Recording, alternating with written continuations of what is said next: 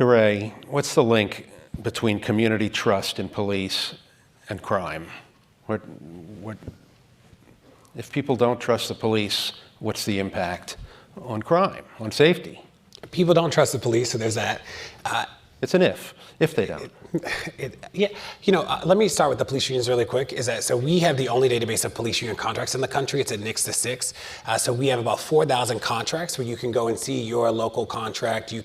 We actually do a clause by clause analysis so that you can see the clauses that are good and bad. And it is really interesting. I will only push and say that the history of why the clauses exist, they sort of emerge in the 1980s. And there are 22 states that have state level protections for the police that protect them in ways similar to the contracts, is that the police chiefs were firing the women and the people of color, and the police organized through labor to stop that. That is like where these came from.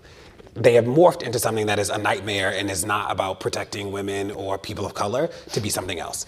We just did the first repeal of any of them in Maryland. Maryland was the first one, 1975. We just repealed it last session, which is great, but there's still 22 other states that have one today, which is not good. And you think about places like Detroit. In Detroit, the contract literally says, if an officer is convicted of misdemeanor domestic abuse, the department has to employ them for 9 months while they fight the conviction, and can as a paid employee, and can employ them for another 3 months after the 9 months ends as an unpaid employee with the express purpose of fighting the conviction. You're like, you can love the police and think that doesn't make any sense, right? And like, there are a lot of those things that we want people to see. But in terms of community trust and safety, I don't think I know a lot of communities where people don't trust the police. People also don't know an alternative other than the police. So they're sort of just like stuck in this space, right?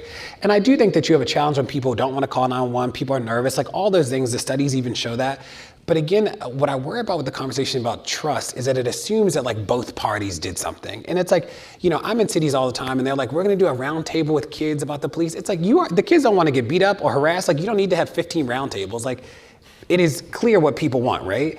And I think it's hard because the police always do we got to build trust. It's like building trust would be great if you weren't killing people, weren't shooting people, weren't arresting people willy-nilly, like all those things that are happening more frequently than not. And people often called us like dramatic and da-da-da. People saw George Floyd and we were like, yeah, that happens more than you think.